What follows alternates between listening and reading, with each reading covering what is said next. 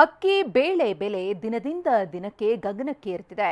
ಮಧ್ಯಮ ವರ್ಗದ ಜನರಿಗೆ ಅನುಕೂಲವಾಗಲಿ ಅಂತ ಮೋದಿ ಸರ್ಕಾರ ಭಾರತ್ ಬ್ರ್ಯಾಂಡ್ ಯೋಜನೆ ಶುರು ಮಾಡಿದೆ.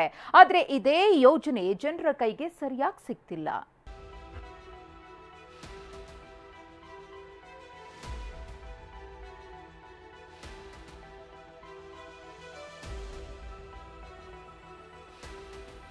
₹29 ಅಕ್ಕಿ, ₹26 ಗೋಧಿ ಹಿಟ್ಟು, ₹60 ಕಡಲೆಬೇಳೆ. ಬಡವರ ಅನುಕೂಲಕ್ಕೆ ಶುರುವಾದ ಭಾರತ್ ಬ್ರ್ಯಾಂಡ್ ಆರಂಭದಲ್ಲೇ ಕುಂಟುತ್ತಿದೆ.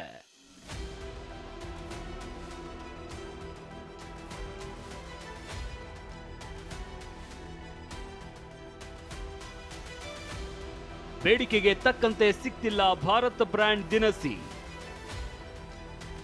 ಪೂರೈಕೆ ವಿಳಂಬ, ಸಿಟಿ ಮಂದಿಗೆ ತೀವ್ರ ನಿರಾಸೆ.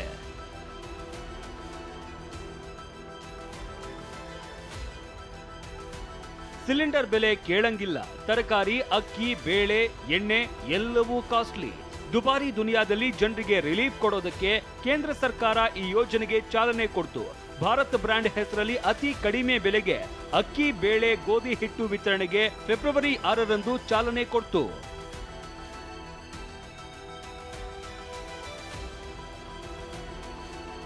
ಕೆಜಿಗೆ ₹29 ಅಂತೆ ಒಬ್ಬ ವ್ಯಕ್ತಿ 10 ಕೆಜಿ ಭಾರತ್ ಬ್ರ್ಯಾಂಡ್ ಅಕ್ಕಿ ಪಡೆಯಬಹುದು. ಆದರೆ ಬೆಂಗಳೂರಿನಲ್ಲಿ ಬೇಡಿಕೆಗೆ ತಕ್ಕಂತೆ ದಿನಸಿ ಪೂರೈಕೆ ಆಗ್ತಾ ಇಲ್ಲ. ಕೇಂದ್ರ ಸರ್ಕಾರ ಪೂರ್ವ ಸಿದ್ಧತೆ ಇಲ್ಲದೆ ಯೋಜನೆ ಜಾರಿಗೆ ತಂದಿದೆ ಅಂತ ಜನರು ಬೇಸರ ಹೊರಹಾಕಿದ್ದಾರೆ.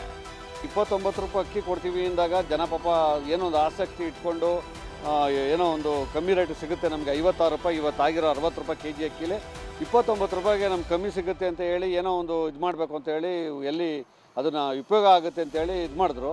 ಬಟ್ ಆದರೆ ಇದು ಬರೀ ಪ್ರಚಾರಕ್ಕೋಸ್ಕರವಾಗಿ ಮಾಡಿದಂಥ ಕಾರ್ಯಕ್ರಮ ಅನಿಸ್ತದೆ.